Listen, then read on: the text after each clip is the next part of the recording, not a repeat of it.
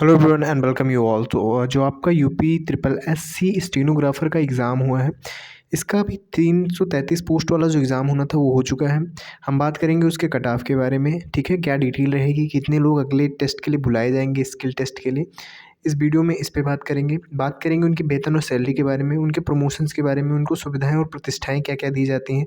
यानी आपको एक मोटिवेशन जैसा मिलेगा जब आपको पता चलेगा हाँ इस एग्ज़ाम की वैल्यू है। परीक्षा और पद का विवरण भी हम बात करेंगे, यानी कौन-कौन से पोस्ट हैं, कहाँ-कहाँ पे हैं। विभाग चयन और पोस्टिंग, यानी कौन-कौन से विभाग में कहाँ-कहाँ पे कौन-कौन सी पोस्टिंग्स हैं जो आपके लिए यहाँ यूपी ट्रिपल एसएससी स्टेनोग्राफर भर्ती में हैं, एलिजिबल हैं। सब चीज़ों के बारे में हम डिटेल से बात करेंगे कि आपका क्या-क्या होने वाला है। चलिए स्टार्ट करते हैं, ठीक है। सबसे पहले देख लेते हैं जो आपका एग्ज़ाम हुआ है उसके बारे में। देखिए यहाँ पे आपका जो एग्ज़ाम हुआ है इसमें बहुत कम बच्चे आए थे, ठीक है। यानी 47 ये आपके उपस्थित थे। ये क्या थी आपकी उपस्थिति थी, यानी इतने बच्चे प्रेज़ेंट थे, इतने बच्चे आपके एब्सेंट हो गए थे। टोटल पार्टिसिपेशन कितना था आपका? टोटल पार्टिसिपेशन आपका मैं आपको बताऊँ तो देखिए पार्टिसिपेशन इतना था आपका, इतने बच्चों ने परीक्षा मिस कर दी थी, इतने बच्चों ने फॉर्म भरा था। पोस्ट आपकी 333 है। देखिए इनका नॉर्मल पैटर्न रहा है 10 से 15 गुना बच्चों को बुलाने का, ठीक है। 10 से 15 गुना बच्चों को बुलाने का अगले स्किल टेस्ट के लिए। तो चांसेस आर देयर कि ये ऑलमोस्ट इधर ज़्यादा ही साइड के बुलाएँगे क्योंकि ज़्यादा बच्चों के चांस दे रहे हैं। तो बहुत ज़्यादा चांसेस हैं कि जितने बच्चों ने पार्टिसिपेट किया है वो सारे के सारे सिलेक्ट हो जाएँगे। तो कट ऑफ का कोई बहुत ज़्यादा झोल यहाँ पे रहने वाला नहीं है अगले चरण के लिए, ठीक है। बहुत अगले चरण के लिए अगर आपने पेपर दिया है तो आप बहुत मान लीजिए बहुत कम से कम भी बुलाएँगे तो 4000 बच्चों को तो बुलाएँगे ही बुलाएँगे। तो और मैं बता रहा हूँ आपको, अगर आप बोलेंगे कि सर फाइनल कट ऑफ का क्या? तो भाई अभी उस पे फ़ोकस ही नहीं करना, अभी अपने को फ़ोकस किस पे करना है? अभी करना है हमको फ़ोकस स्किल टेस्ट पे। स्किल टेस्ट मतलब आपकी स्टेनो में क्या होगा, कैसे होगा, ये भी मैं आपको अभी इसमें डिटेल में बताऊँगा। इस पे हमको भाई फ़ोकस करना है। फ़ोकस क्यों करना है? क्योंकि इसमें बहुत लड़के होंगे फ़ेल, ठीक है? अगर आप ये सही से क्लियर कर ले जाओगे तो यू आर अंडर 333, ठीक है। आप यहाँ पे सिलेक्ट हो जाओगे, ओके। तो आपको फ़ोकस इस पे करना है, अभी कट-ऑफ पे फ़ोकस मत करो, अभी इसको देख के डेविएट मत करो कि हाँ, अभी तो हो जाएगा भाई, फाइनल से बाहर हो जाऊँगा। बिलीव मी बहुत कम वाले भी सिलेक्ट होंगे जो स्टेनो यहाँ पे क्लियर करेंगे और बहुत अच्छे वाले भी हैं जो ये स्टेनो यहाँ पे क्लियर नहीं कर पाएँगे। तो दबा के प्रैक्टिस करनी है आपकी स्टेनो की, क्योंकि अगले कुछ ही महीनों के अंदर आपका स्टेनो होने वाला है, ठीक है, हो जाएगा, ओके। बात करते हैं चलिए इस पोस्ट के बारे में, क्या पोस्ट है, डिटेल क्या है। सबसे पहले बात करेंगे इनकी सैलरी के बारे में, ठीक है। जॉब लेवल क्या है, ठीक है। जॉब लेवल क्या है इस पर्टिकुलर जॉब का? जॉब लेवल 5 की जॉब है। ग्रेड पे इनका क्या है, शुरुआती ग्रेड पे 2800 ग्रेड पर पे होते हैं, ठीक है। 2800 ग्रेड पे होते हैं ये, ठीक है। और मान लीजिए अधिकतम 5400 ग्रेड पर तक ये जाते हैं, यानी जब प्रमोशन होता है इनका तो प्रमोशन अधिकतम इनका 5400 ग्रेड पर तक हो सकता है। 5400 ग्रेड पे समझते हो भाई, मोटा पैसा, ठीक है। 5400 ग्रेड पे ठीक-ठाक है। 2800 से होंगे आप 5400 पे हो जाएँगे। 2800 पे कितना रुपया मिलेगा ये भी हम जानेंगे आप में। अभी देखिए अभी के वेतन आयोग के 7वाँ वेतन आयोग जो 7th ग्रेड पे लगा है, इसके अकॉर्डिंग हम इनका देखते हैं। भविष्य में 8वें वेतन आयोग के लगने की चांसेस हैं, तो 8वें वेतन आयोग के बाद अगेन आपकी सैलरी बहुत ज़्यादा हो जाएगी, 30 से 40 गुना बढ़ने की संभावनाएँ हैं आपकी इन्हें सैलरी, ठीक है। तब आपकी सैलरी इतने के आस-पास हो जाएगी। लेकिन अभी के लिए आपका सैलरी क्या है, 2800 ग्रेड पे है। 2800 ग्रेड पे जो आपकी सैलरी मिल रही है वो लगेगी, और ये आपका 8वाँ वेतन लगने के बाद की संभावनाएँ मैं आपको बता रहा हूँ, ठीक है। अभी देखिए 7th पे कमीशन के हिसाब से आपकी सैलरी कितनी है, इतनी है। मूल वेतन आपका बेसिक पे इतना है, डीए आपका कितना है, इतना है। आपको एचआरए संभवतः इतना मिल सकता है। देखिए ये सामान्यतः इतना मिलता है, बट एचआरए डिपेंड करता है सिटीज़ के ऊपर।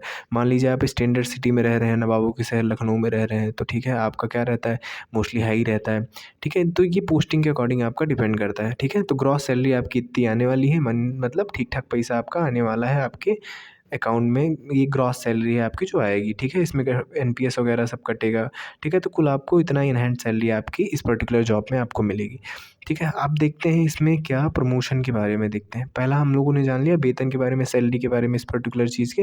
दूसरा हम लोग जानेंगे प्रमोशन के बारे में। भैया कैसे आप लोग ऊँचे पद पे जाओगे, कैसे आप लोग क्या होंगे, बड़े आदमी बनोगे। देखिए बड़े आदमी क्या बनेंगे, शुरुआती पद आपका स्टेनोग्राफर ग्रेड 3 का होगा, 2800 ग्रेड पे का है। 4 से 5 साल के बाद आप ग्रेड 2 पे आ जाओगे, 4200 ग्रेड पे का है। उसके बाद ग्रेड 1 पे आ जाओगे, आपका 4600 ग्रेड पे का है, ठीक है। उसके बाद आप आ जाओगे ग्रेड ए के बाद आप आओगे अश्योर्ड करियर प्रोग्रेशन, ठीक है।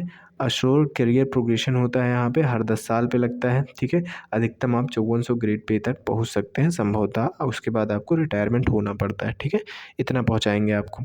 तो देख रहे हैं आप कैसे आपका पद चल रहा है, ग्रेड थर्ड से आप ग्रेड सेकंड पे आ रहे हैं, फिर ग्रेड वन पे आ रहे हैं, फिर आपका ग्रेड वन के बाद जो है एश्योर्ड करियर प्रोग्रेशन हर 10 साल पे लगती है, अधिकतम आप 5400 ग्रेड पर तक पहुँच सकते हैं। प्रोन्नति किस पे निर्भर करती है, विभाग कौन सा मिलेगा, अधिकारियों के साथ आप काम कैसा कर रहे हैं, कार्यशील और रिकॉर्ड क्या है, प्रदर्शन क्या है, ये सब अगेन हटाइए, मैं आपको एक एक दे देता हूँ। आप इंटरनल पॉलिटिक्स में कैसे कैसे आप इंटरनल पॉलिटिक्स में इन्वॉल्व हैं, ये डिपेंड करेगा आपका प्रमोशन यूपी के अंदर, ठीक है। सच्चाई सबको पता है भाई, प्रमोशन ऊपर किस चीज़ पे डिपेंड करता है।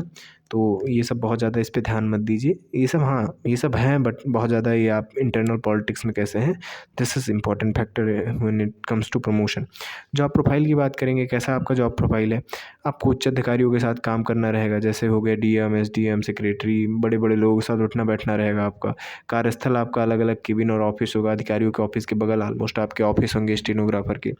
आवास की सुविधा भी मिल जाएगी, अच्छे लोकेशन पे आपको आवास मिल जाएगा। मेडिकल खर्चा जो होगा ये भी निःशुल्क होता है इन लोगों के लिए, परिवारजनों के लिए, परिवारजनों को मतलब आपकी बीवी बच्चे मम्मी पापा इन सब के लिए निःशुल्क मेडिकल सुविधाएं आपको मिल जाएंगी। प्रतिष्ठा सम्मान की बात करें, समाज बड़ा अच्छे से देखता है इन लोगों को, ठीक है। बड़े बड़े अधिकारियों से जान पहचान, भौकाल वाली नौकरी, एकदम लगता है कि हाँ बाबू भैया का भौकाल है एकदम, तो बढ़िया नौकरी है एक हिसाब से आप कहेंगे तो। ये आपकी जॉब प्रोफाइल रहेगी, जहाँ पे आपको कार्यस्थल पास आवास मिलेगा, भौकाल मिलेगा, अधिकारियों का नाम मिलेगा, सब कुछ मिलेगा आपको एक ही कार्यस्थल पे।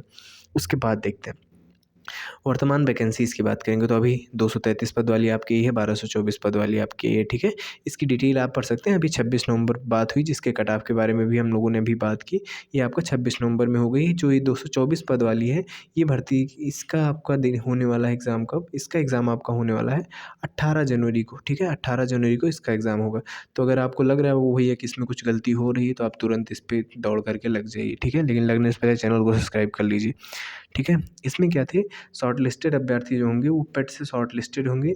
कितने अभ्यर्थी होंगे, पेट से शॉर्ट लिस्टेड होंगे, जो आपने पेट का एग्ज़ाम दिया है। तो यूपी ट्रिपल एसएससी की जितनी भी भर्ती आती हैं, वो जितने भी होते हैं पेट से शॉर्ट लिस्टेड होते हैं, ठीक है। तो वर्तमान वैकेंसियों में 333 वाला आपका है, 1224 वाला है, इसका एग्ज़ाम 28 को होना है, इसका एग्ज़ाम 16 को हो चुका है आपका एग्ज़ाम, ठीक है। जिसकी कट ऑफ मैंने अभी आपको बताई कि भैया बहुत कट ऑफ के पीछे मत जाइए, 30 प्लस आप 30 के आसपास भी हैं, तो आप क्या करिए, अपना अगले पर्टिकुलर स्टेज के लिए जाइए, आप अच्छे से प्रिपेयर कीजिए। आपके बहुत ज़्यादा संभावना है, क्योंकि 10 गुना या 15 गुना बुलाने का मतलब है सबको इन कर लेंगे, बोलेंगे सब लोग आओ भैया स्टेनो स्टेनो दे दो यार, बता देते हैं।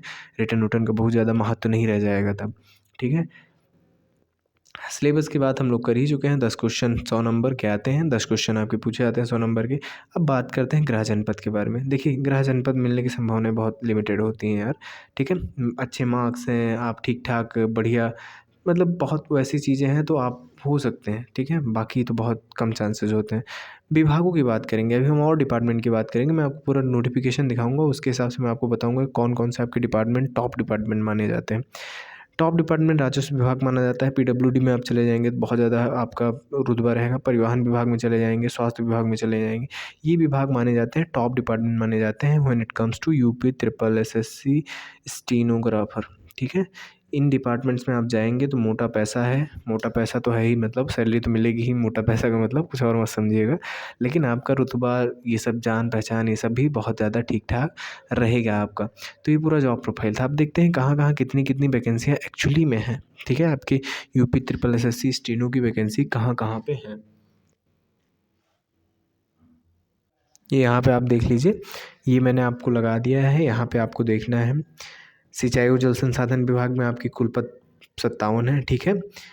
दिव्यांगजन सशक्तिकरण विभाग में आपके कुल पद 12 हैं। आप यहाँ पे पॉज करके सारे डिपार्टमेंट जितने भी हैं वहाँ पे आप देख सकते हैं पदों की संख्या, यानी सारे डिपार्टमेंट में आपको पद हैं, अस्थाई हैं, अस्थाई हैं, ये भी आप देख सकते हैं, ठीक है। कहाँ पे आपको अस्थाई पद मिलेंगे, कहाँ पे अस्थाई पद मिलेंगे, ये सारे डिपार्टमेंट आप इस देख सकते हैं। मैं धीरे धीरे स्क्रॉल कर रहा हूँ, आप इसका क्या कर लेंगे, ले लेंगे स्क्रीनशॉट, और इसको आप पढ़ सकते हैं किस विभाग में आपको जाना है, ये आप देख लीजिए, ठीक है। यहाँ पे आपको बहुत सारे मिल जाएंगे पद, जिसमें आपके पद हैं, और बहुत सारे ऐसे हैं जहाँ पे 0 पद हैं, यानी बहुत ज़्यादा वहाँ पे पद नहीं है। महिलाओं के लिए कितने पद हैं, कितने पद नहीं हैं, ये सारी डिटेल आपको यहाँ पे इस पर्टिकुलर नोटिफिकेशन में मिल जाएगी। तो thank you so much, hope आपको इन्फॉर्मेशन पसंद आई हो। ऐसी इन्फॉर्मेशन के लिए हमारे साथ बने रहिए, और ठीक है, क्योंकि आपको बहुत अच्छे से डिटेल वे में यहाँ पे इन्फॉर्मेशन